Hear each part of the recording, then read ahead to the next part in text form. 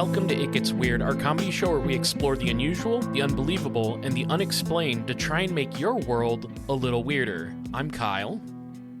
And I'm Niall. And this week, I just want everyone to understand that I truly have. I'm just gonna say what I actually was going to say because even though it's kind of depressing. Oh, good. I just saw the official White House Twitter account doing a Stardew Valley sprite image. What? Fake Stardew Valley sprite image about them saying whole milk is back. What? And yeah, I'm not kidding. This is this is literally something I saw about 30 seconds before Kyle got on Zoom, and it's the only thing I could think about, so it's what I'm talking about right now. I saw it from someone tagging the creator of Stardew Valley, telling him to sue, and I was like, please do. I don't know if I understand any part of what you just said. What does what's the concern? The White with House whole is milk? trying to meme. Well, it's not the concern. It's that the woke state was telling people that they had to drink alternative milks, and now to make America healthy, we're gonna bring back whole milk. I'm not joking. RFK Jr. is he? I mean, he probably wants it fucking unpasteurized raw milk, but they haven't gone quite that far. Whole yet. milk, unpasteurized with beef tallow mixed in. Yeah, that's the. Remember Bulletproof Coffee? No. Bulletproof Coffee was a thing where yes. you blended butter into your coffee so that you like put yourself into ketosis first thing in the morning. Awful. Yeah, and so that's what they're doing. That's the breakfast of champions for the alt-right. Are we raw whole milk with beef tallow blended into it? You just kicked the door in here with. I was completely unaware of everything you just said. Yeah. It sounds like sometimes it just happened. You shouldn't go on the internet. No, I mean you've heard my rants recently about how I'm avoiding it a lot more lately. But I think that we may have a theme for this episode where we're trying to, cause each other brain damage right now because it's weirdly there is a synergy to starting this off with whole milk Stardew Valley White House memes. Still trying to wrap my brain around what that means exactly, but I might just sentences have to see it never. for myself. Okay, Kyle, I'm not going to lie. I did save the picture for posterity. Okay, yeah, go ahead and show this to me. I'm just gonna. I just sent it to you. Okay, give me 1 second here, folks. This is legitimately a thing from the official government White House Twitter account. What the fuck? Yep. Okay. Why? Like, why Stardew Valley? Whose idea was this, and who? I wouldn't expect. Like, okay, obviously gamers are a demographic, right? That Sure. like, I would say probably lots of Trump stuff appeals to gamers. In particular, gamers who might be, let's say, pissed off because a hentai jerk-off game got like slightly altered in a way they didn't like, and they raise a ruckus over that. Maybe that's the kind of gamer that you would think that the Trump White House would appeal to.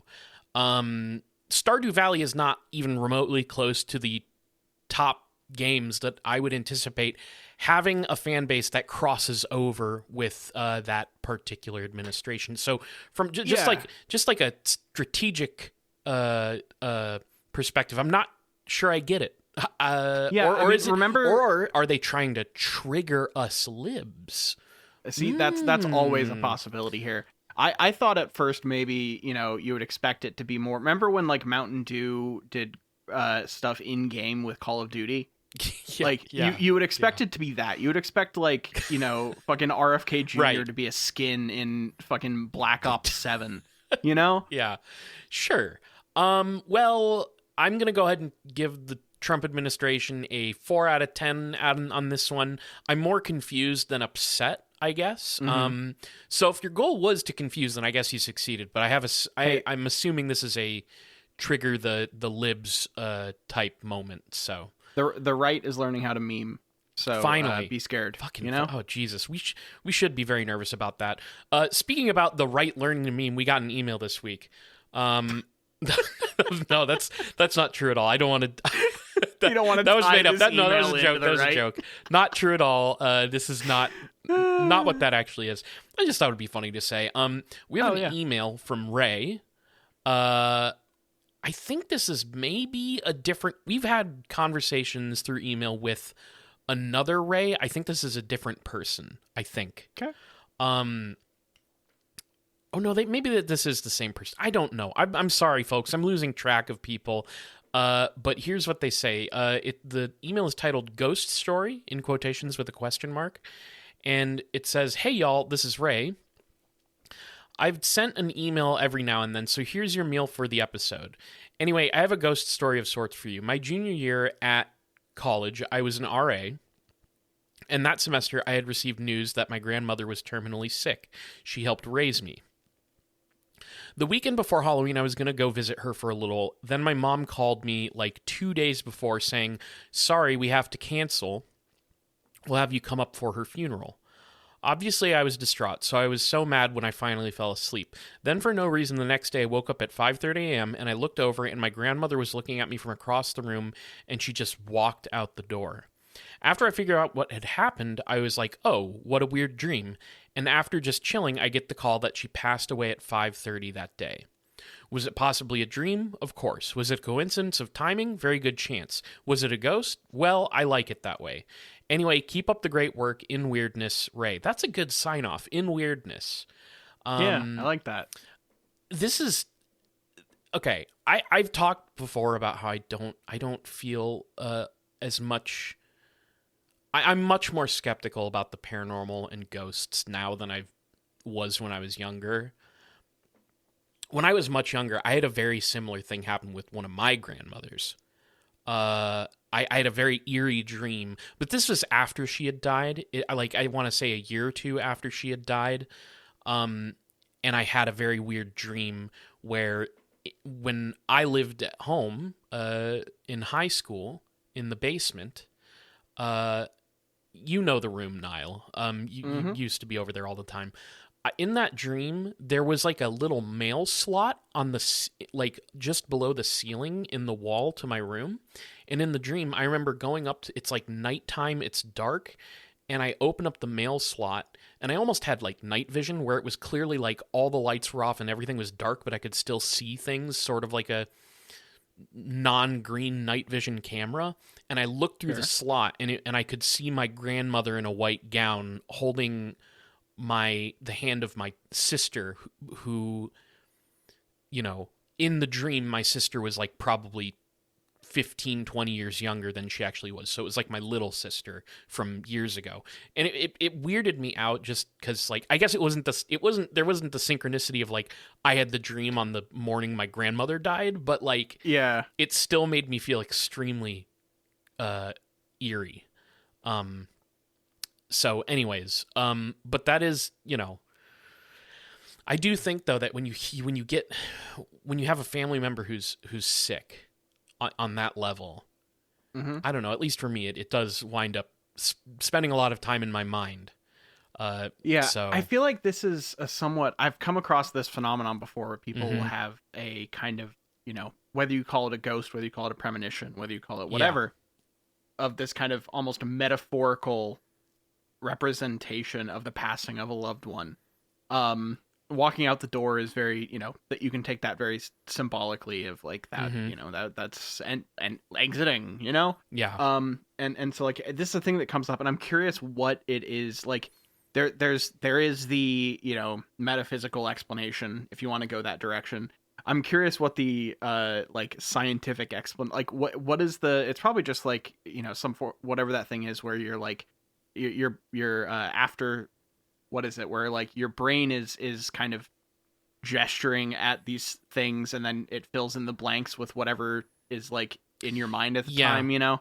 Well, Sorry, I didn't mean. Yeah, no, I know what you mean. And just... do you remember the email we got a couple years ago about the person who said that their parents would tell them about a ghost in the house after their kid, the person who wrote the email was their child, after they went to college. The parents would then hear ghosts in their kid's room after they became empty nesters. There's something, and I think that one of the things that I linked that to, I sort of, I think linked it to the phantom limb syndrome, where like a person has a limb, right, that they have their entire life, and at some event causes it to get cut off, but they can still feel its presence. I think that strong emotional memories can cause an almost like a phantom limb syndrome in like your surroundings. You see what I'm saying? Where like the strong memory of like, I have my child here, now they're gone, they're not dead, but their ghost is here. I think there's something to that. It's almost like a manifestation of like grief or a strong emotion. They're like your kids leave for the house and they're no longer living there. They used to be there. You're used to having them around. Everything's different now, and you're manifesting this strong emotion as you know, taking all of this, because the if you were to have objective just physical audio and video recordings of what's happening in your house day to day, the ghosts, it may not have actually changed, but your mind is now linking that to a ghostly presence of the thing you've lost. Yeah, you know. Yeah, it's interesting. Yeah, and I think, anyway, I love weird explanations for like the things. People anticipating deaths of loved ones is like a thing that is always kind of interesting to me. No matter how much I come across it, you know? Yeah, I think that if you hear that a family member is terminally ill, it will weigh on your mind, even if you don't always consciously pick up on it, and then it'll start to well up in your dreams. But maybe it was a ghost also. You never know. Who knows? Maybe it's a ghost. There are whole movies about ghosts as like manifestations of grief and depression and shit. Sure. So, thank you for the email, Ray. Yeah. Always appreciated. Very interesting stuff. Two things up front. One really quick thing. Okay. Quick warning, in the episode content proper, there will be some brief mentions of fucked up stuff, including sexual abuse and trafficking. Just letting you know right now, that's coming. But I will be brief and non-detailed, okay? You'll understand why that's being brought up eventually, but you will have no idea how we're getting there from what I'm about to say. Okay. This episode, let me just say, this episode is not about sexual abuse and sex trafficking, okay? It just is an element that popped up that, to tell the full story, I have to mention it. Here's the other thing, Niall. What? Stop laughing. I have no idea what I'm in for. This is the joy of doing a shoot we don't tell each other what the episodes are about podcast. Niall, as soon as you realize what I'm talking about, you'll be even more baffled, okay? It will not make things easier to understand, okay? Now, here's the other element before we get started in the show proper. Something that I've kind of threatened and sort of soft done a couple times on the show. But this is the time where it feels like it's really big and important that I do it. This week, we've got an It Gets Weird news flash. Some news that's been out recently that I think you're familiar with, Niall, that I think is worth talking about just a little. So let's tackle the elephant in the room, okay? Okay. 2 major deaths that the podcast is very concerned with happened recently. It's true. Yes. We lost 2 soldiers this last week. Vital to the conspiracy cause, you might say. We got Eric von Daniken and Scott Adams.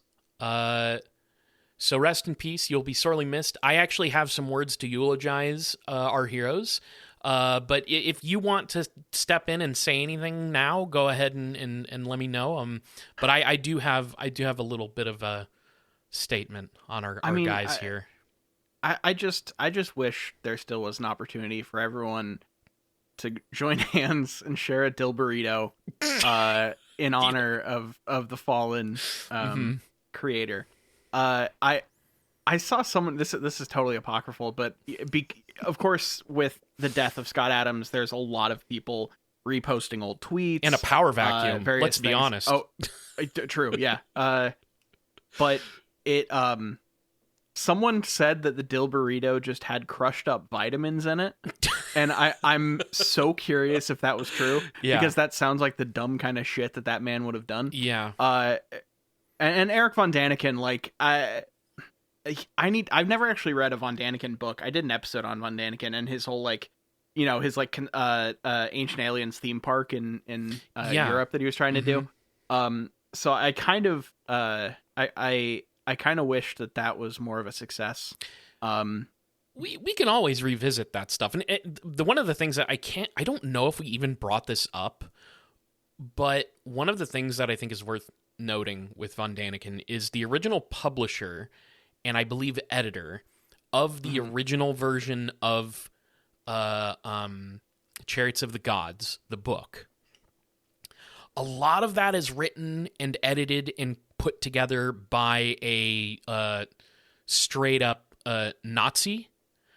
So like at the very core of the Ancient Aliens stuff is Nazism, which again I think is something worth revisiting in an Ancient Aliens related episode. But we've talked about it before, and I actually have the episode numbers written down here. Oh, sick. But do you care if I just say a few words? Please go ahead. It's not like obviously hearing Andy Perro is in jail for murder. That's big news to us. But to have two deaths of two weird industry titans. I mean, this is the first time we've had two subjects of 2 episodes die in 1 week. Yeah, I think so. A thing that may never happen again in the history of It Gets Weird. Possibly. You know? Go ahead and edit that. That's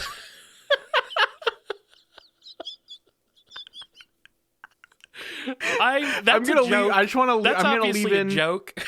I'm going to leave in from the point you say edit that so that everyone can hear. I love it. It doesn't happen that often anymore, but there was a time period where that would happen somewhat regularly, and I felt the urge to put it like I wanted to double it every time. Whenever you make a joke and then have to be like, ah. Yeah. No, I mean, look, this is a comedy podcast. We're cracking jokes here. Clearly, I'm joking. And speaking of jokes, I'm gonna jump right into my eulogy real quick, and just please do. I just want to get it out of the way. I don't want to deal with the eulogy anymore. So here we go. Eric, can I call you Eric? We will never forget you. You opened up the space for guys with huge hair to say cool and interesting things on TV. You gave a voice to the men who sit in their houses alone, writing online about aliens. So me, for instance. And most importantly, Nazis really liked your ideas about the origins of humanity. You had a good go at it. Thanks for your input. So that's really good. That's for Eric. Shouts out, pour one out. It's fun that now twice in like a month you've brought poetry onto this podcast. I think we're headed towards a more cultural, culturally relevant It Gets Weird in the year 2026. I've been feeling so cultural lately. So here's a little work I put in for Scott Adams, creator of Dilbert. Mr. Adams, and I won't call you by anything other than Mr. Adams, sir. Contradicting myself immediately. Who could possibly forget Dilbert and Dogbert? The boss with the funny hair. Computer problems in the office. We at It Gets Weird certainly won't. But let's also not forget the whole fossil record denial ideas you had, as well as your beautiful mind's ability to predict presidencies. You brought us the Dilburrito, and for that we salute you. But most importantly, you gave us the greatest orgasms of our entire lives under your hypnotic spell, and for that, sir, I give you a 21 Hawk Tua salute. Thank you. So, Scott Adams, Eric Von Daniken, gone in one moment. There is a positive thing here, fortunately. So despite losing 2 icons in the same week, I have a number of sources online who are all telling me the same thing. This is multiple people, so it has to be true. Multiple people online saying that on their deathbeds, both Scott Adams and Eric Von Daniken received the light of Islam and recited the Shahada. So that's the good news. Rest in peace. And thank you for everything. So for newer listeners, we have talked about these guys before. Yep. Eric Von Daniken showed up in episode 194, where we broadly discussed Ancient Aliens. And then again in episode 288, where we actually watched the adaptation of Von Daniken's book, Chariots of the Gods.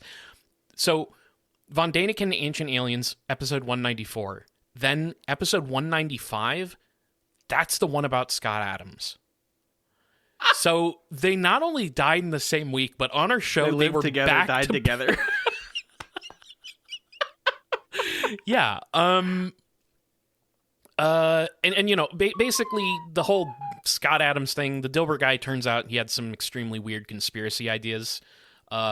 Really believed some insane stuff. So, now that we've taken care of that, this whole checking in on weird news, scrolling feeds to see what weird news has come out. I got a couple accounts that I look at just to see what they're talking about. It had me checking on some things.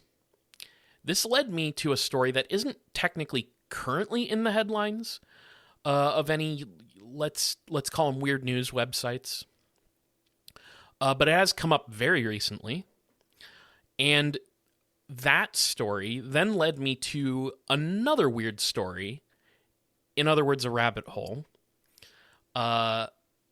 Which to me seems to be sort of generated out of almost whole cloth at a certain point, but we'll get to that.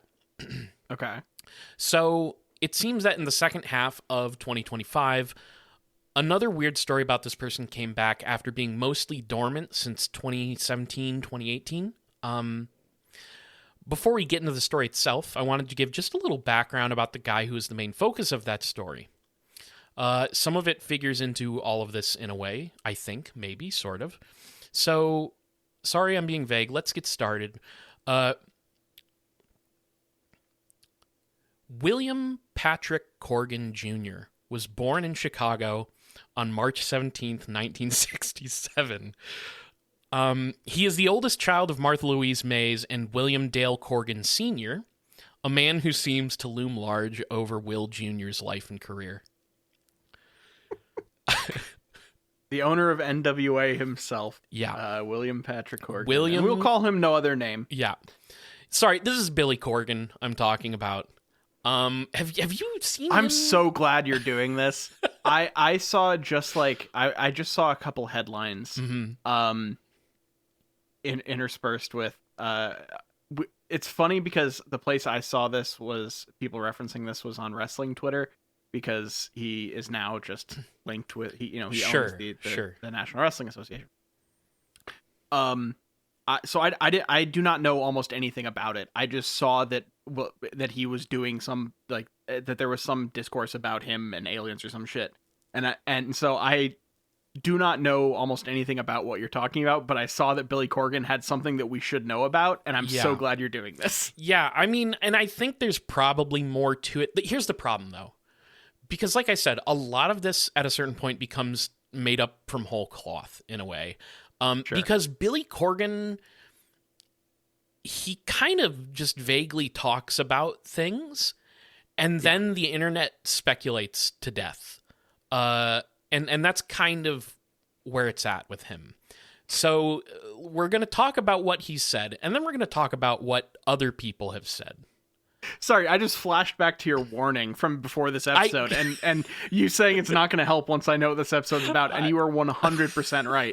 What the fuck? Okay, you'll understand eventually. I'll say, I'll just because I'm going to say this. I've never really listened to a lot of Smashing Pumpkins. I tried it when I was kind of going through 90s alt rock in college, and it never really moved me. But I'm not sitting here trying to smash Pumpkins. No, but what I will say is I did watch. So my main thing that I've really consumed from this man, other than really funny clips of NWA, that promotion is a trash fire.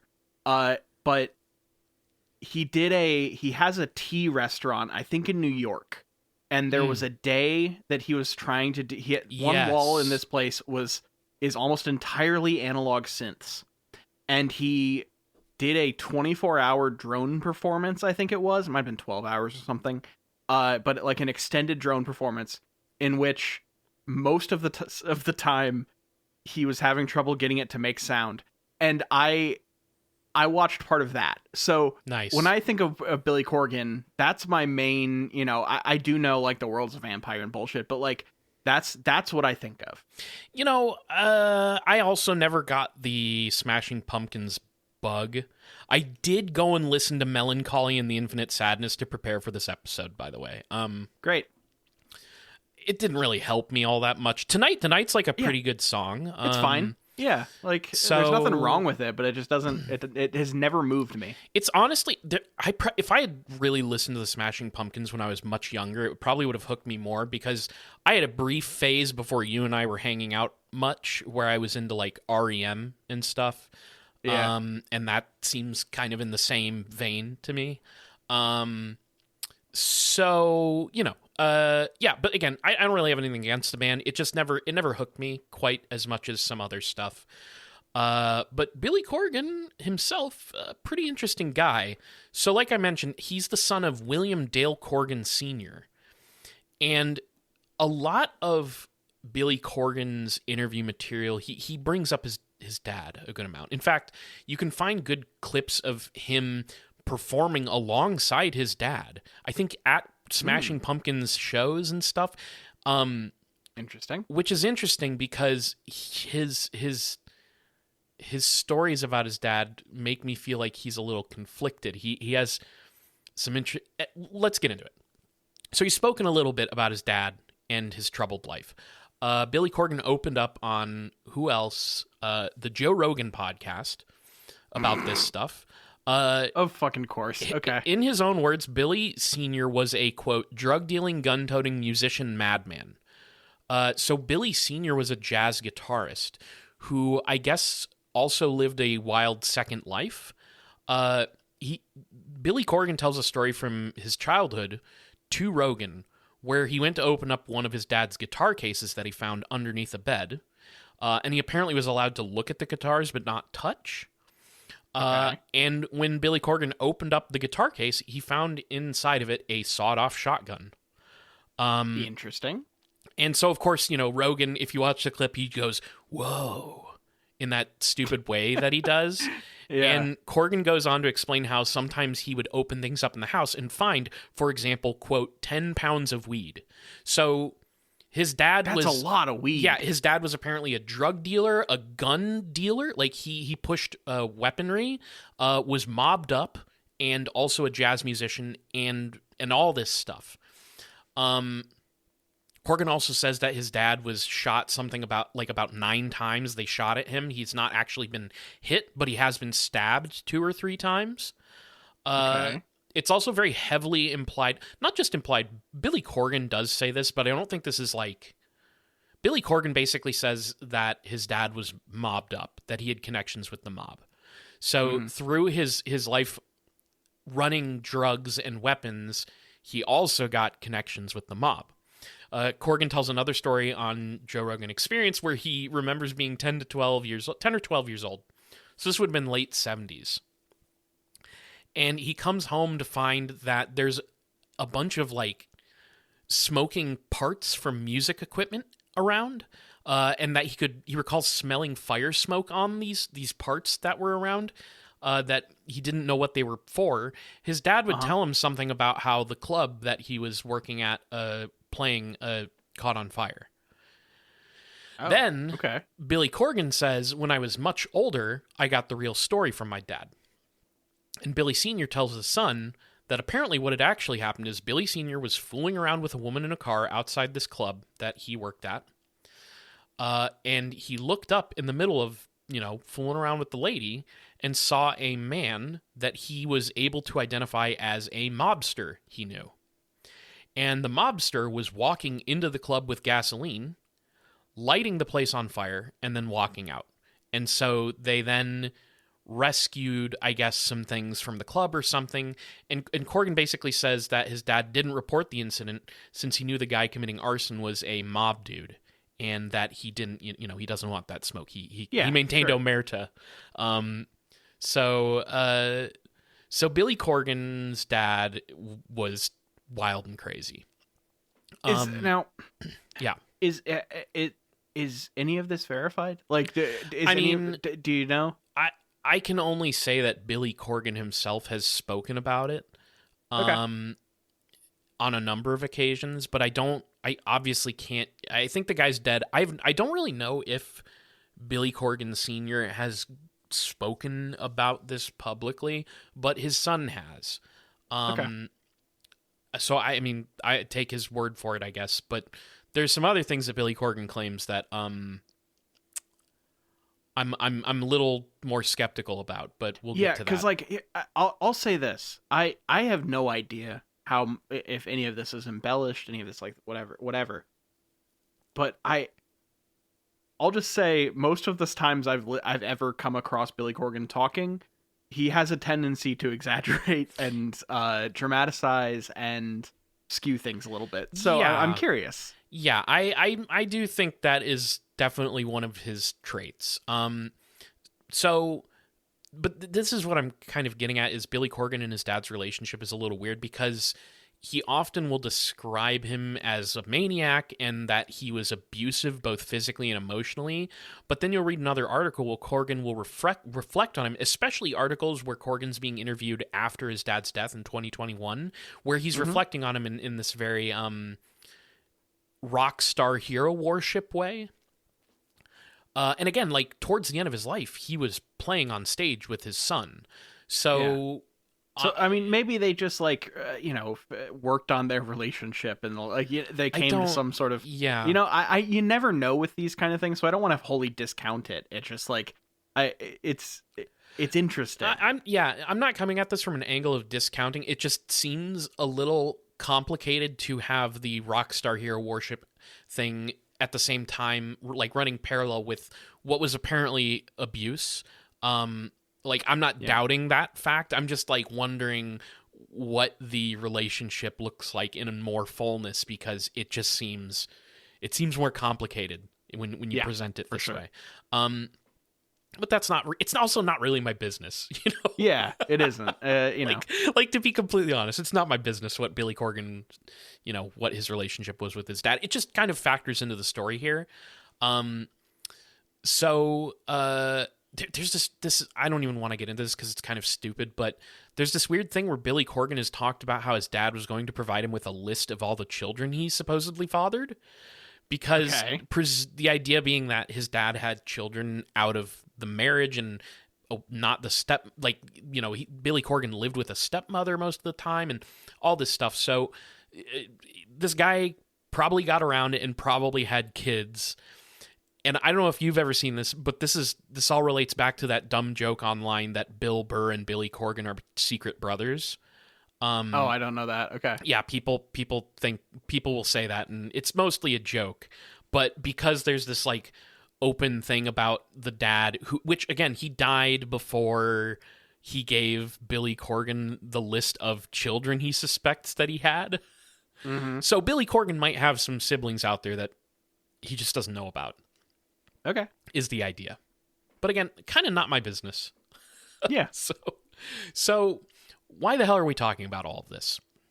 Well, a couple weeks ago, 2 weeks ago, I saw some articles popping up about Billy Corgan. And in those articles, in some social media feed stuff, he was saying that he had been approached by government intelligence for some sort of collaborative work. So Corgan brought this up. He got the Tom DeLonge package. Honestly, that would have been my guess. Corgan brought this up on his personal podcast, which is called The Magnificent Others. And it's from there where things really open up a rabbit hole. So Corgan claims that during the George W. Bush administration, I should be clear, that these so-called government entities came to him and asked him if he'd like to do some work with them. And Corgan says that he can't speak on the nature of the work, but suffice to say it was something that he considered to be, quote, way above his pay grade. So here's what he actually said. Quote, at different times, I've been approached by elements of the U.S. government to be involved in things that were just way above my pay grade. I've never talked about them in any depth publicly, but I've had experiences where I'd find myself in a room with people and think, why are they talking to me? It was something out of, like, Eyes Wide Shut. All I can say is that I've experienced supernatural things, and I've experienced things where I've had elements of the U.S. government reach out to me because they somehow want to hook my influence, which is not that great, into whatever they're after. So... He's humble while he's saying this. It's interesting. Yeah, he's saying, like, I don't have that much influence, so I don't know why they would want me, and also it's some Eyes Wide Shut type shit. So presumably they're all, you know, removing their robes and having an orgy or whatever. He also has some interesting comments on the music industry that I think kind of, again, sheds some light on him. Niall, I don't know if you're familiar with Corgan's politics at all. Oh, a little bit. Okay, so he seems to have kind of been all over the place. Basically, in the past, he seems to me to have been a very sort of soft left, just left of center liberal, where he's like talking about how great it is that people voted for Obama or whatever crap. It doesn't matter. Because now he has taken a very rightward shift from my perspective. So all the way back in 2016, and I think multiple times, he has appeared on Alex Jones's InfoWars. Yep. And then, of course, he hangs out on the show of the ape moron, Joe Rogan, in 2018. And on those shows, he'll express some, like, stupid opinion that you've heard before about how, you know, do you remember the term social justice warriors? So he was talking about how social justice warriors are like the real Nazis, actually, and that they're a threat to free speech. He'll talk some bullshit about, you know, he's a free market libertarian, whatever. Honestly, who gives a fuck? It's stupid. For our interests, he also seems to have a bit of a conspiracy mindset, which makes sense. He's going on Alex Jones and Joe Rogan. But he especially was talking about it in relation to the music industry. And I guess I don't totally blame him for having a little bit of a conspiracy mindset towards the music industry, but his view of it feels very one-dimensional and like unnuanced, you know? Yeah, when I've come across quotes from him that, and every time I read one of them, it's like, oh, your tour is not selling very well, is it? Like, you know, like it always feels like he's looking for someone to blame for what, like, I forget what his fucking side project's name is. Oh, I know what you're talking about. It starts like a Z or something. It always is just like, oh, so yeah, that's not as successful as you'd like it to be, huh? Yeah. Here's what he said on his podcast a few weeks back, in the same podcast episode where he's talking about the government approaching him and his supernatural experiences. So he says this, quote, "There are elements in popular music where people have been compromised knowingly. They were offered kind of a Faustian bargain. Pick door number 1, and we're going to push you to the moon. There are people who are protected, and they get every benefit of that protection, and I know it because I know the game, because I've lived it. And there are other people where they decide to press a button and throw them off the ship." And he goes on to say that some people get dumped in the industry for bad behavior, but that there are quote-unquote other cases where they actually got dumped because, quote, they won't do the bidding that people want them to do. And then he goes on to lament the lack of edginess in rock music since the 90s, and then says this, quote, "Here we are 25 years into the 21st century, and rock couldn't be less of an influence on the social political order. Does anybody think that that's kind of strange? That somebody decided to push a button somewhere and make sure that people like myself don't say certain things anymore?" Which is a little, it's a little, you know, it feels coded to the current right-wing political whatever. And it's also what like what I was saying, where like he doesn't like that the culture has shifted away from rock as the dominant musical culture, and so he's not filling the arenas that Smashing Pumpkins was in the 90s, and that can't be the fault of his own because the music isn't as good as it was, or people have moved on. It has to be that someone pushed a button somewhere and is holding him down. And the thing that he's saying, if you take away the conspiracy mindset of it, there is some truth to the fact that record labels do have basically favorites. Yeah. Like, there are, in a lot of record labels, a small grouping of artists, maybe sub 5, pay for about like 100 other artists. Yeah. Stuff. Like that is how it is all a numbers game in the industry. And it's gotten, as the time has moved on, they've gotten less and less willing to take any sort of risk. So people get cut much more frequently and will just get kind of dropped and everything. And so like if you take away the conspiracy mumbo jumbo of it, what he's saying there isn't 100% false. He's just pointing at the wrong thing. Like, yeah, he's pointing to a shadowy cabal when the forces are much more boring than that, really. Yes. Which, it's a pattern I think we've sometimes picked up on this show. Yeah. Now let's circle back to something interesting Corgan says before he drops the bomb about the government wanting to work with him. Okay. He claims to have had supernatural experiences, and that really piqued my interest. So I went digging. I wanted to figure out what the hell he was talking about. So I looked into this. It turns out Corgan has spoken briefly about these supernatural encounters a couple of times. It's a story that people seem to like know his like 30-second pitch, and anything beyond that just doesn't seem to exist. But you'll see. Okay, I'll just explain what happened. So back in 2017 and then again in 2018, Corgan had a couple appearances on both, I think twice on the Howard Stern show, and then I think on a guy called Mancow Muller, who I'd never heard of. But he gets interviewed in both of those shows, and this story comes up. So I believe it's October 2017. Billy Corgan is on the Howard Stern show, and he claims that he saw a shapeshifter. He says, I saw a transformation that I can't explain. I was not on drugs. I was totally sober. And then he'll like come back later and people will like ask him to elaborate on it, and he'll just double down on what he said. Just be like, I definitely saw somebody shapeshift. And he goes on to say, quote, I know it happened. In fact, it happened twice. And he's talking to Howard Stern, remember? And Howard Stern is constantly going like, come on, you got to tell us more. I will say that the very end of this, there's a very funny picture that's probably going to be the episode image where it's like, you can listen to the episode of him with Howard Stern and Howard Stern just constantly pressing him for more information and Corgan just being extremely vague and basically giving him very little things that don't really explain anything. Yeah. And then you have from the Howard Stern website a link where it's like, here's a picture from the episode.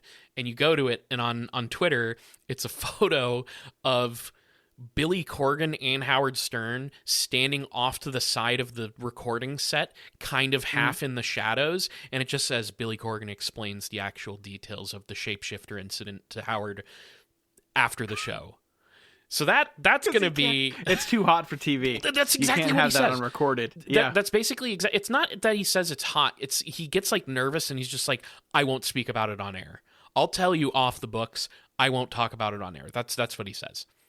Yeah. And Stern's saying... So he says to Stern that the person that he saw shapeshift was naked. And Howard Stern's like, was it a man? And Corgan just says, a person was naked. And Stern says, are you saying... He says to him, are you saying that you were in bed with a lover when you saw this happen? And Corgan just goes, I can no longer discuss this. Okay. So he says that, He says a bunch of other stuff on these different shows when he's talking about the shapeshifter bullshit, where he's like, I believe in angels and demons, but the shapeshifter, I don't know what kind of shapeshifter it was. I'm making no... He basically says, I'm making no assertion that this thing is alien or demonic or even reptilian in nature. I just know I saw it happen. Sure. And he sort of describes it as, you're talking to a person and you look away, and as soon as you turn back, just moments later, it's a completely different person, and they confirm for you what happened. Like, apparently this person who shapeshifted in some way confirmed for him what he saw, like said something to him about it. So that's what he says. He's, like I said, really only spoken minimally about this experience. He claims it was not somebody famous, and he doesn't know what the nature of the shapeshifting was. But luckily, this is where the internet begins to swoop in, and the fringe conspiracy world can really put on their tinfoil hats to extrapolate the truth. So like I said, he talked about this stuff 8 years ago, 9 years ago, and it didn't make a huge splash relative to now. And it got me thinking how, like, the conspiracy landscape of YouTube, it's a very different place now than it was back then. Yep. Mostly because conspiracies are more popular than ever. But I'd venture to guess that conspiracy content didn't have the reach that it has today. I know there were people, like, I mean, Alex Jones was on YouTube. That stuff existed. But now we have, like, homegrown, contemporary, basically content creators with everything that label implies who do conspiracy stuff. So when a somewhat popular newer conspiracy channel put out a video in August of last year claiming to have solved the mystery of Billy Corgan's shapeshifter, the story started to gain some traction online again. It spread on TikTok, on YouTube, on Twitter, wherever. So I'm asking you now to prepare yourself to be mired in absolute madness, Niall. Okay. And let's also consider this a temperature check for the contemporary fringe conspiracy side of the internet, because we have gone to bespoke Elena Danaan style websites. Yep. But there is a culture now on YouTube and many other places, like especially with video content. There is now it's bigger than ever, and there's just people who are developing platforms talking about this shit and doing the actual worst possible job researching it, because of course these are obviously there's a difference between conspiracy and then like these people, and the word conspiracy is so fucked anyways that it can mean a wide range of things. So the fringe sort of right-wing, often libertarian sphere of YouTube content, that's what we're talking about. And it's very stupid. So if you wanted to find content outside of Joe Rogan or, you know, Alex Jones 8+ years ago, you were more likely to see what we would see, which is like a person in their truck talking to their phone camera about this or that conspiracy. And now we have like I said, we have like content creators with the bisexual lighting in like they've put production quality into, we're going to talk about reptilian shapeshifters and why, you know, they're here to take over the earth and who's secretly a reptilian. So it's real. It's changed a lot in ways that I'm a little weirded out by. So I think the person who holds some responsibility for blowing up the Corgan story that we just talked about within the last few months and bringing a new angle to it is a guy called Polarity Josh. I think his channel is just called Polarity, but I see him online as Polarity Josh. And I think I've run across this guy. I'm going to start watching this guy. I can't recommend anybody else out there watch this guy because I have a little bit of a shield, a barrier for this type of stuff. But it is. I mean, it's like mind-melting crap. Like, just poorly. I don't want to. look, I do want to, but I don't want to. You know what I mean? Like, Yeah.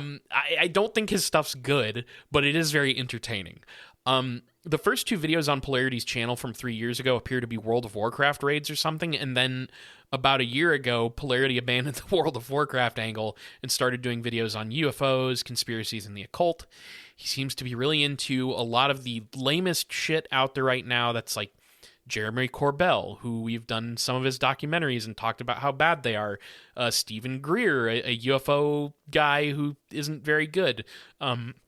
UFO disclosure stuff, Alex Jones, other various grifters. Those are the things that he kind of talks about. He's also definitely not anti-Semitic, something that he points out pretty occasionally, like on an occasion. Oh, he has to remind people regularly.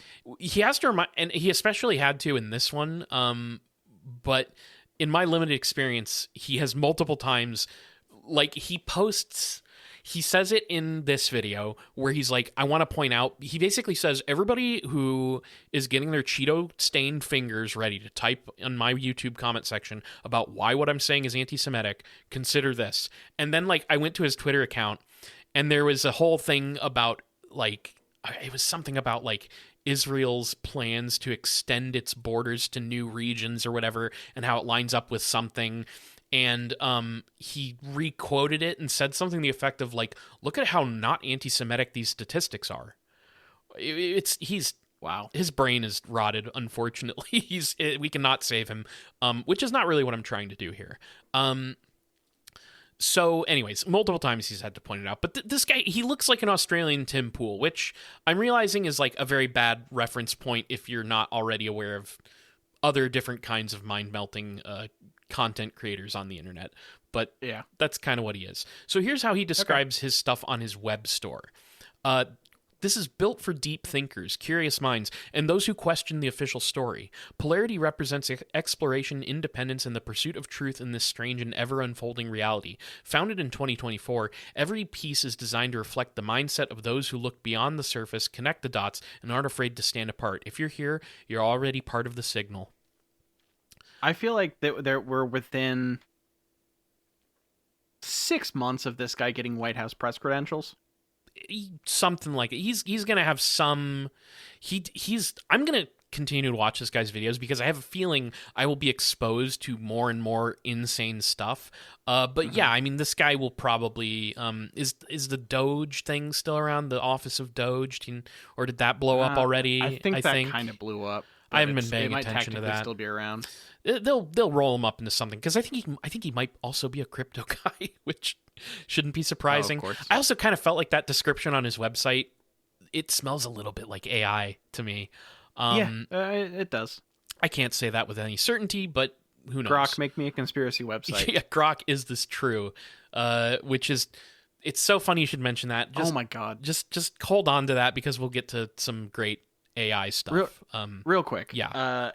Real quick AI thing. Sure. This is a real story from. So I got called in for jury duty yesterday. Oh shit! Yeah. How'd that go? I didn't have to serve. Nice. Whatever. I don't think you're supposed to talk about like anything to do with. Sure. Okay. Luckily, this story has nothing to do with jury duty. But on the lunch break, I went across the street to a Potbelly, and was getting a like sandwich. The sandwich and soup place. Yeah. Okay. It was close by, whatever. I needed to grab lunch. And I was standing behind this woman who was sitting there talking into her phone at Grok, trying to have ChatGPT. Trying to have ChatGPT plan her multi-country Asian vacation. Oh no. Like, how much could I do for this budget? What city should I hit? Like, and I immediately was like, this is in 5 years this will be the setup for a horror movie. Like I just it felt so bleak because she was talking to it like it was her friend, and I just it made me so sad. Yeah, I think we're in trouble. Wasn't there like a guy?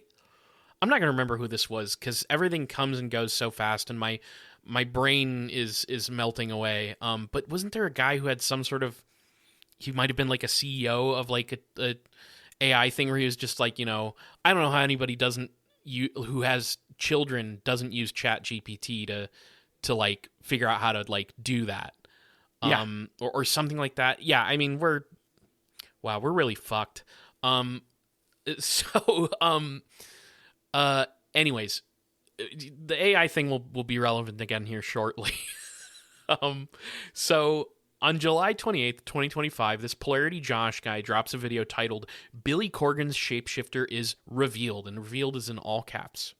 Mm-hmm. And he immediately warns that this episode's going to be a dark one. You know, Billy Corgan shapeshifters. You could see how that would just become insanely dark.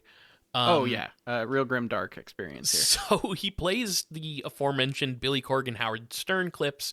He points out how Corgan won't name names of the person who shapeshifted, even though Howard Stern keeps trying to get him to. And then he says, "Tell us the names or we'll have you ride the Sibian." And Corgan's like, "I'd rather ride the Sibian." And then there's a whole 30-minute sequence where that happens, and it's pretty interesting. I feel like one of us needs to watch more than 2 seconds of Howard Stern so that we can make some other reference. Yeah, I mean, okay, Baba Booey. My only other reference point is John Cena on the couch talking about how he loves fat women. It's based like, yeah. John, man, dude, if you want to talk about weird people, John Cena, whoo boy, he's a piece of work. Yeah, I can only imagine. So yeah, Billy Corgan rides the Sibian, and that they dedicate an entire 30 minutes of the video to just show that footage. And then he points out how Billy Corgan insists that the shapeshifter he saw was not famous. Like he does say this. Yeah. And then Polarity Josh speculates that the shapeshifter actually is somebody famous, and perhaps Billy Corgan is just trying to cover his ass. So like it's a really good research tact. We have like 2 pieces of information here. We're going to disregard one of them. Yeah. Well, okay. And here's the thing. Yes, 100%. I made note of that mentally. The other thing is just the reason they think that this stuff makes sense is because they can sort of line up some dates, and then they can also relate information that Billy Corgan says to another thing that has similar elements. And then from there, It all spirals out. So he says that, yes, Billy Corgan claims this is not somebody famous, but he thinks that he's trying to cover his ass and that he wants to not talk about this publicly for a reason. So there's going to be a theme here showing up where, like, celebrities, people in the entertainment industry, or Hollywood more specifically, reach a certain level, and then you back down, and there's just things you won't talk about because of your experience. That's keep that in mind. That's kind of what he's going for. So yeah, sure. Polarity also points out that on the Joe Rogan podcast episode, Corgan said that he was writing a book where he planned on getting into the details of the shapeshifter story. So there is a book that Billy Corgan has that predates him saying this on the Joe Rogan episode by many years. And it's like a book of poetry, I think. Okay. So, and Polarity Josh just says, look, this is the only book he has ever published. So whatever book he was working on, it's 2026, 2025 now. That book never came into being, so maybe it got scrapped. It doesn't exist. But he was going to talk about the shapeshifting incident in this book. Mm-hmm. And now it doesn't, that book doesn't seem to be happening now, or something. Sure. Being suppressed. Yeah. But this book thing that Corgan says is basically our last scrap of steady reality before we enter into Josh's wonderful world. This Polarity Josh guy, he's going through this, and then he mentions how, like, a month previous, he did a video on just broad reptilian shapeshifter stuff. So I went and looked at that. And he talks about, and they reference the Billy Corgan incident in that video that was even a month prior to this one. And he says that he put this video out, and then he got good YouTube comments, which, again, I just don't believe that at all. So he says that there's a lot of YouTuber commenter speculation about who the shapeshifter could have been, and people were clearly looking at Billy Corgan's dating history, because the implication on the Howard Stern show is that it was a lover because Billy Corgan saw this person naked when they shapeshifted. Sure. So, Okay. so lots of people guess Courtney Love, which, you know, she's got her own baggage that's in the conspiracy realm that she's dragging around. That I'm honestly not all that interested in digging into, but it does make sense that that's who people would look at because of who she is. Correct. And apparently he dated her in the early 90s, like I want to say 1991. One YouTube commenter, and you're going to love how this story plays out, Niall. One YouTube commenter in particular on the reptilian shapeshifting video caught Polarity Josh's eye. This person claimed to be a Chicago area musician who was familiar with Corgan in this particular story, and claimed that the story is pretty well known among Chicago musicians. Okay. You gotta wonder if Steve Albini ever knew about this one. Yeah. You really gotta wonder. Yeah. Yeah. Okay. I'm sure if we could get Jules in here, she could tell me instantaneously whether or not Steve Albini knew about this. Oh, what's fucked up is that I literally was talking to her. Steve Albini vis-a-vis Courtney Love came up in really? conversation today. Okay. Yes. Wow. Yeah. I mean, it makes sense Yeah. We're not talking about Courtney Love, actually. Yeah. This YouTube commenter says, "Hey, I know about this. I'm a musician in Chicago." And then they exchange emails. So Polarity gets in touch with, and I would like to just lay this out. A random guy on YouTube claiming to know this story, who asks to remain anonymous, who is claiming to be a Chicago musician, who is commenting on a YouTube video about reptilian shapeshifters. Sure. And that's really, really reliable source. That's his source. But the email that this guy sent about this story is in the video, and I'm going to read it to you verbatim. Okay. So here's the story, apparently. "Hey, Josh. I'm the guy that left the comment about Billy Corgan and, drum roll please, Tila Tequila." What? What? Yeah, Tila Tequila. Okay. Wow, I have not heard that name in a very long time. Holy shit. Okay. So the email goes on. "I'm not going to mention sources' names because some are active musicians, and I do not want to ruin careers, no matter how big or small. I did contact my former bandmate who was at the party to make sure my recall is accurate. This is what I was told and what I know. In 2009, Billy was seeking investment partners to co-found a pro wrestling company based in Chicago and other projects, but primarily wrestling. He planned a party and invited celebrities such as former wrestlers, athletes, musicians, and private investors to his Beverly Hills mansion he had just purchased. Tila Tequila was invited by Sean Merriman, former NFL player. He was with another female as well. Billy and Tila got to know each other during the party, and he asked if she would like to stay the night, and she did. My former bandmate, I'll call him BM, which is really good, bandmate, BM, bowel movement. My former bandmate manager, BM, was invited, so he invited... Sorry, this is worded so weird. My former bandmate, BM, his manager was invited, so he invited BM. BM's manager was close to Billy Corgan, so the manager gets a call from Billy the next morning, and the conversation was something like this. Billy says, "Hey, did you notice anything weird with Tila last night?" And the manager says, "What do you mean?" Billy says, "Did she seem off or different?" Response, "I never met her before last night, so I don't know what different would be." Billy Corgan says, "Dude, I think she is different." And the manager says, "Different like she's the one you want to marry?" And Billy Corgan says, "No, I don't know.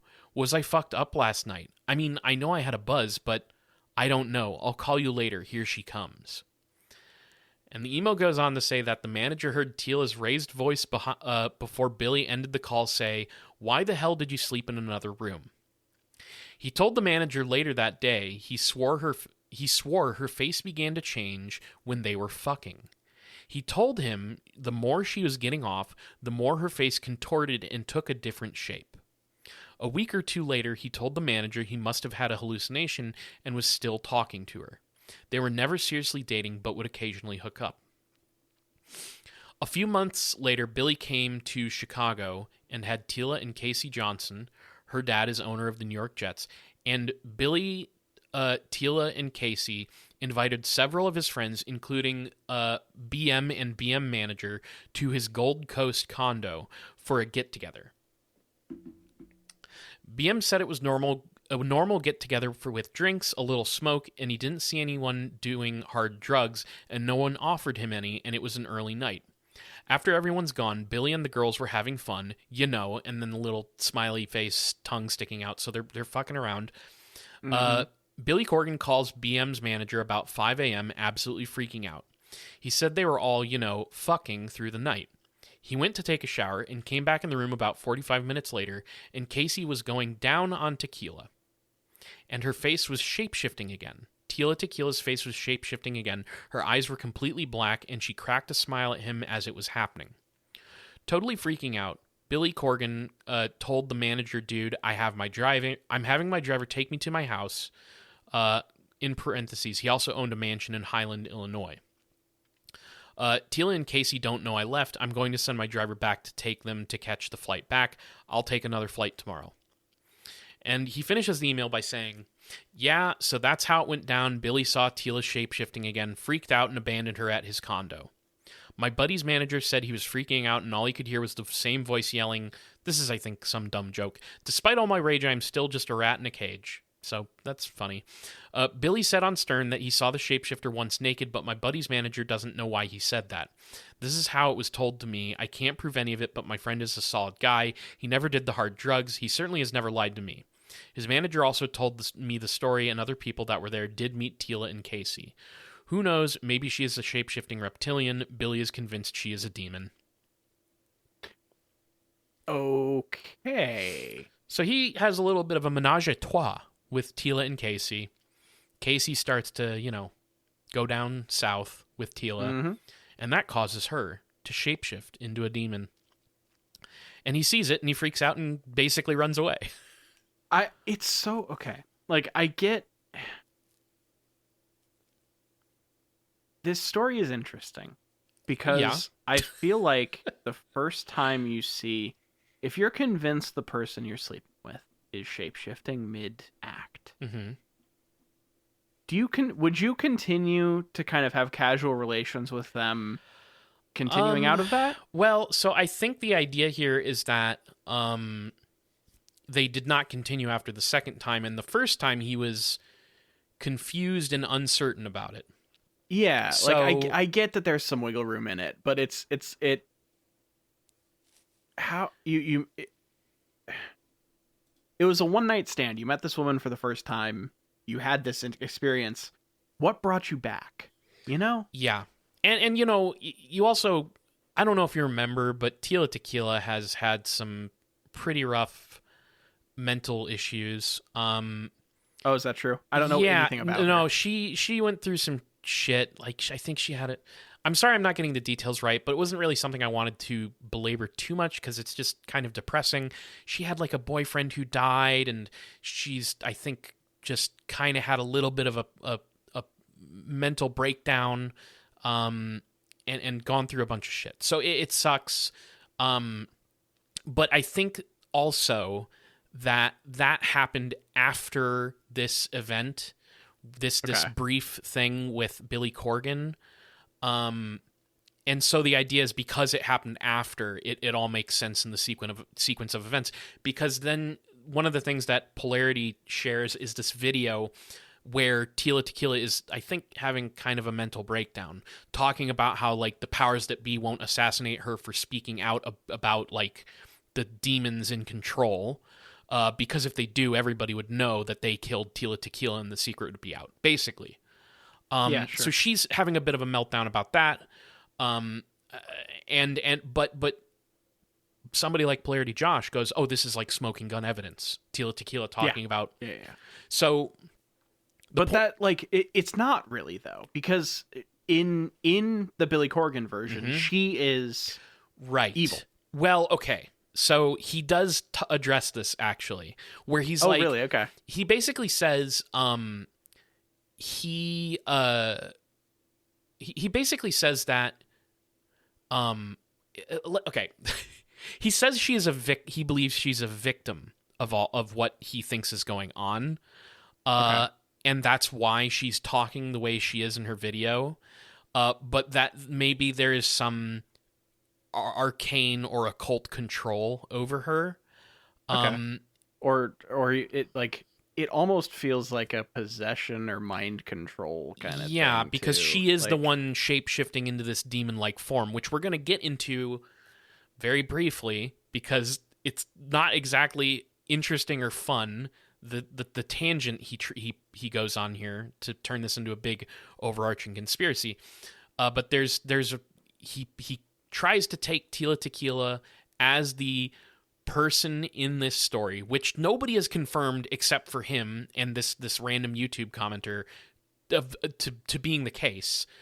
He's taking that and then taking Tila Tequila's mental breakdown, and then taking some other stuff and comparing them because they have similar elements and saying these are all connected. So Polarity Josh, hearing this story from this YouTube commenter that he's putting some blind faith in, he's amazed by the story. But then he says, I got to fact check it, right? Like, I don't know anything about Tila Tequila. I got to fact check this. So here's what he does in the video. This is literally what he does. He includes his fact checking process. He opens up ChatGPT and shows that he has typed, "Please explain to me the murky lore of Tila Tequila, her relationships, and past lovers." And in ChatGPT's response, he gets confirmation Billy Corgan and Tila Tequila seem to have had some sort of brief fling back in 2009. So he has a whole section in his video that's titled "Confirmed by ChatGPT." Jesus Christ. Which is... here's the thing. I didn't have to go to ChatGPT to actually confirm that. There were a couple articles that they do bring this up, because they went to some event together. There's a picture of him, kissing her. I think they may have had a brief fling. I didn't find anything where it outright was like, yeah, they dated. But it looks like something happened there for a little bit. Yeah, they seem to have been linked at some point. So from all of this, Polarity Josh connects the shape-shifting Tila Tequila story to the Jeffrey Epstein sex trafficking and abuse scandal.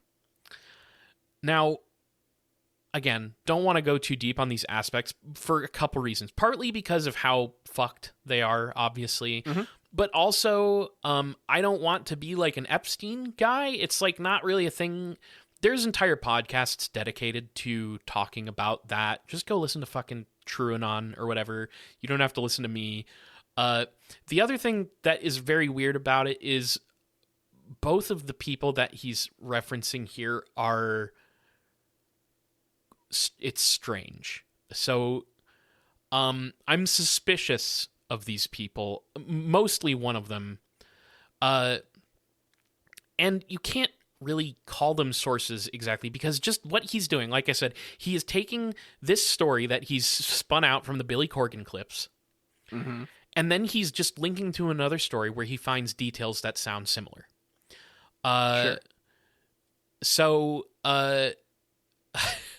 So basically, he shows clips of interviews with two people, Juliette Bryant and Anya Wick.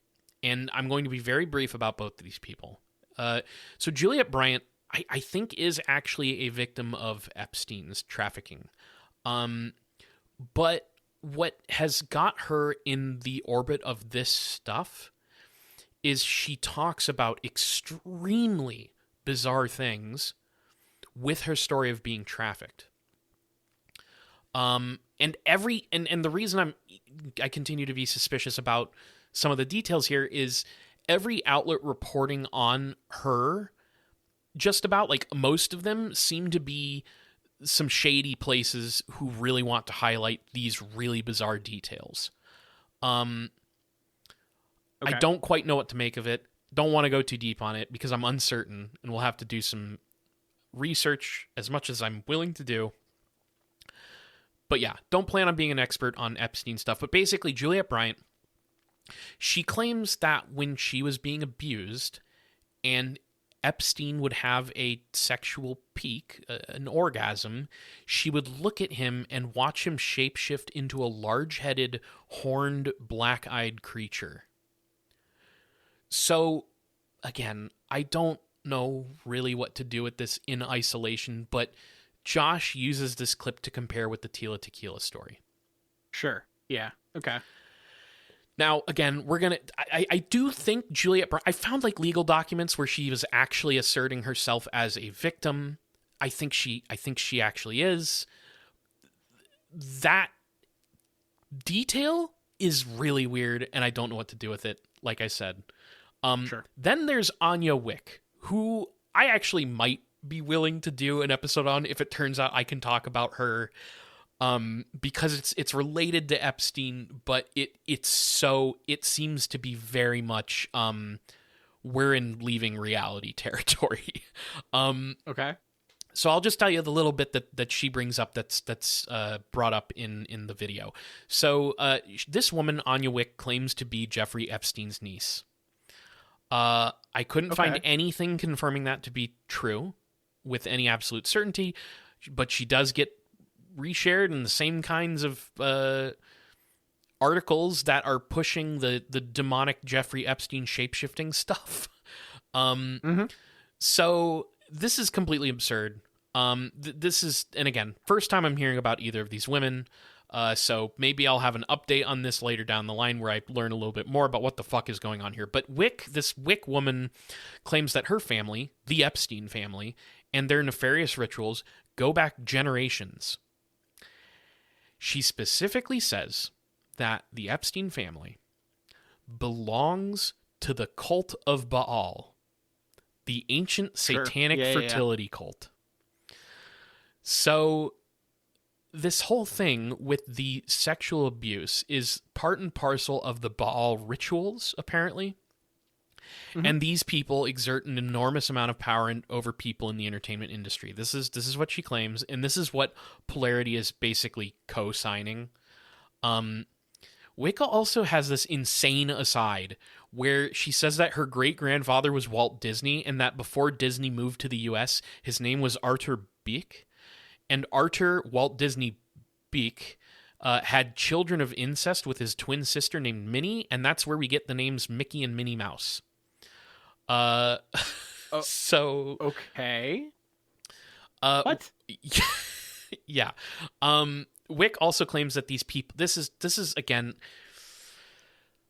I feel like this is one of those times where I feel like I should just announce on the podcast I am Jewish. I'm deeply familiar with the bizarre anti-Semitic conspiracy stuff.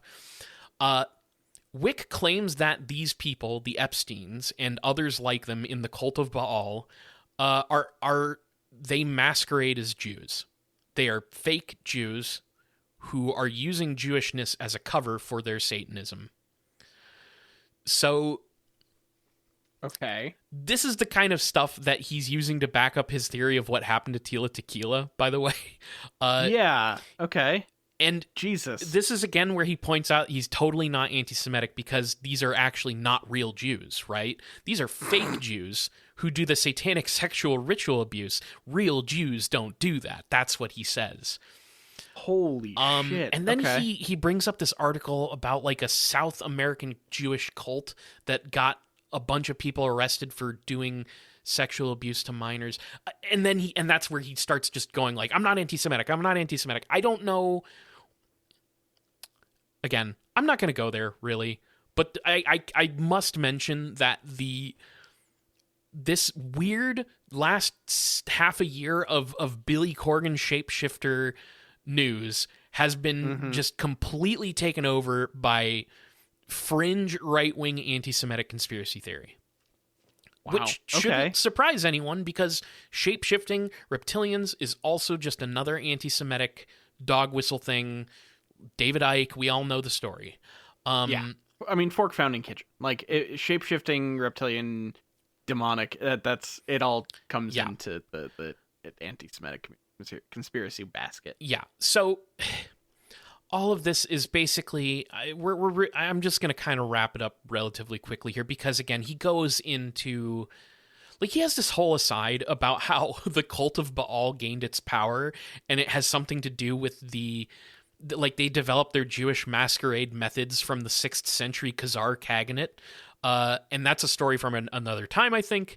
It's completely absurd. But basically he says Tila Tequila is likely a victim under the control of the cult of Baal. And he launches into the whole side where he's like, people who witnessed this ritual cult abuse in Hollywood will get high up in the pyramid of order and then get sort of cast out in certain ways, and media will then drag them down with stories. And he cites 2 examples. His 2 examples, by the way, Jim Carrey and Mel Gibson, as examples of people who got too high in the pecking order and kind of fell from grace because they didn't accept the cult of Baal's machinations, basically. Yeah, and there's definitely no other reasons why those 2 people had kind of a falling out. No other reasons from grace. No other reasons. And they've also both are still not. And they still have active careers. Yeah, they're still very like fucking. Jim Carrey retired and now has made 3 Sonic movies. Is about to make a 4th. Like it's Yeah. They just So right. really, and then just to put a big stupid pin in all of this, he basically uses this to say that the war of good versus evil is here, and people are waking up to it every day. And that's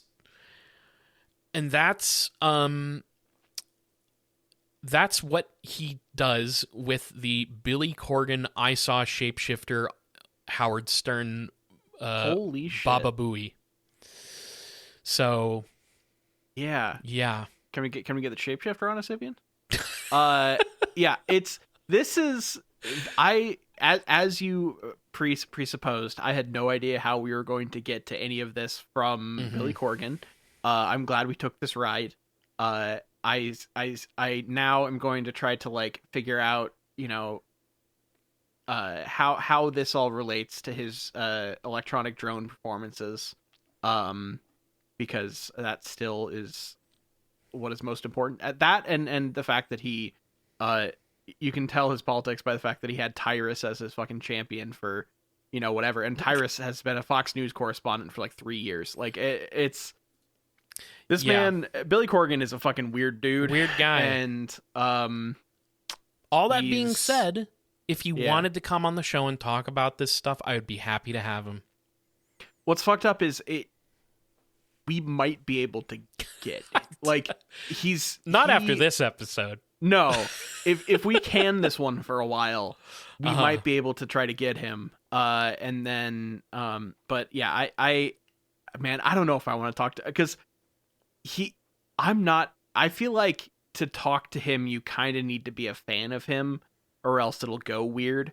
And, I don't have enough. I would have a hard time not just like random, because my only reference points for him are effectively mocking. So it may not go well. We could do a little shape-shifting of our own and pretend to be fans of Billy Corgan. Sure. And I think that could work. Niall, at the end, before we get to our big question here, I want to stop and I want to atone for my sins. Oh, okay. Sure. Hey, everybody out there. I'm glad you're finally doing it. We thank you, Niall. Thank you. We always like to talk about our Patreon and stuff and promote our stuff at the end of the show. And that's all well and good. We do that in basically every episode. I think, Niall, let's forego that this week. I would like to promote www.standwithminnesota.com this week. Yep. Minnesota, currently, as we're recording this, under occupation by the monstrous pigs at ICE. And police department. Basically, standwithminnesota.com. that is a place where you can find a lot of information. There are links to mutual aid and materials purchasing on there. That would be things like food support, rent relief, just various mutual aid funds, GoFundMe campaigns that are related to the situation in Minnesota, funds that you can send to organizations working there, Immigrant Law Center, things like that. So check that out. It's a great website. I would say if you were thinking about donating to It Gets Weird, definitely do it in the future. But right now, money, more important that it would go to Minnesota, people on the ground there. Yes. In my opinion. Agreed. Co-signed. Agreed. Yeah. So abolish ICE. That shit should not fucking exist. Fuck you. And that's directed at ICE. Anyways, I wanted to say that before we get to all the promotional material so that people had to hear it before we wrap this episode up with a big question. So I hope you don't mind me just throwing that in there. Not at all. So hit me with a big question. Niall, if we were to pitch a paranormal reality show for Billy Corgan, what would the show be called, and what would Billy Corgan's role be on the show?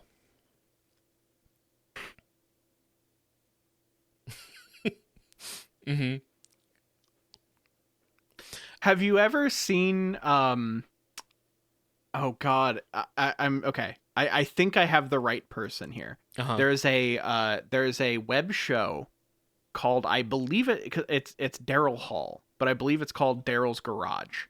And it's a thing where he brings in musicians and bands and stuff, and they cook a meal together and then they jam. Well, I would just step in to say that Darryl Hall is from... Oh, well, I was going to say Darryl Hall is from Hall & Oates, but yeah, it does look like that... Darryl Hall. Oh, no, this is... Darryl Hall... I'm trying to find Darryl... Hang on, I'm going to look it up. Darryl Garage. Looking it up that way. Darryl Hall and Rob Thomas? Is this real? Yeah, Darryl Hall's Garage. Live from Darryl's house. Sorry, that's what it's called. Live from Darryl's house. This is they sit down and have a meal together in Darryl's kitchen, and talk and kind of talk shop and tell stories and stuff, and then they go and jam. And I think what I want to do is kind of have Billy Corgan. They go on like a ghost hunt together. And then every episode ends with them covering some song that has Ghost in the title. Okay. So, like, you can have people play, like, Ghost Town, Ghost Riders in the Sky. You know, like, you can do... So, you know, you have the musical element where people get these kind of collaborations. And then you also get, like, musicians hanging out, which everyone loves. But then they're also on a fucking ghost hunt with Billy Corgan. Okay. Now, I love the idea. Niall, I would like to point out that you just kind of made Darryl Hall sound like some guy in his garage. I just want to... Oh, I didn't mean that. I thought when I said Darryl Hall, everyone knew what that meant and like just kind of went with it. But I thought, because the way you were just like, yeah, there's like this YouTube channel, this guy, Darryl Hall, he like plays music in his garage. I was just like... Is Hall & Oates? Yeah, that makes sense. That's why I couldn't understand why you weren't believing me that Darryl Hall would have like a YouTube show. I mean, it does make sense. The way it was framed made me think that you thought Darryl Hall was some random guy who got Rob Thomas in his garage. No, there's like, and what's fun is like, you know, there's like an episode with like CeeLo Green and stuff. Yeah. So you get sometimes he'll like try to go outside of his like exact wheelhouse, and it's always interesting. Okay. I haven't seen a lot of these. The reason I know about it is because of where I work, but it's whatever else. Yeah, that would be my pitch. I think like lean into the music, lean into like the kind of you know, people love old rock stars just like talking to each other 100%. About their lives. I kind of like it too. Yeah. Yeah, me too. And let's be honest here. Paranormal shows are really boring. So it would be nice to have content where you spice up the normal formula of a paranormal investigation show, like Ghost Adventures, and include music stuff like that. I think that's a great idea. I actually have a very similar idea. Okay. Okay. It's a little different, but similar. Sure. I think that Billy Corgan would be the star of this show. It would be sort of like a Ghost Adventures show, and that would be like the first half of the episodes is Billy Corgan goes out with a team of investigators looking for ghosts. You know, there's a banging on the wall. Billy Corgan like turns to the camera with a flashlight, and he's like, "Do you hear that?" The show would be called Corgan's Explorin'. Okay. And that's the first half. You know, maybe they learn about the location that they go to and the entities that supposedly reside in that location, the ghosts that are there. The second half of the show would be Billy Corgan, the same day of the exploration, high off of the adventure he just had, exploring haunted locations. Mm-hmm. He just starts to bang out a song. And that has to be a bespoke song about the entities at the haunted location. So it's kind of like, did you ever see Dave Grohl's show Sound when he bought the Sound City board and then was like, he had I forget what it was called. I've only seen it because there's an episode that's in Chicago that has Steve Albini in it, and so Jules and I watched it. But he would go around to different cities in America and like, you know, talk to people who live there, talk to musicians, learn kind of about the culture, and then there would be a song with like the Foo Fighters and various other people who are like local musicians, like, you know, famous, but like from that town, added to the ensemble, and it would be about the city, and they are. I'm sorry to anyone who enjoys these things. They're fucking awful. Uh-huh. And so I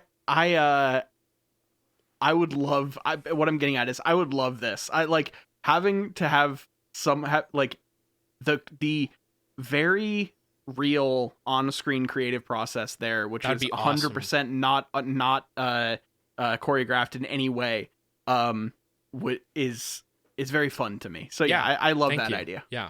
Corgan's Explorin'. Sonic Highways. That's what that fucking show's called.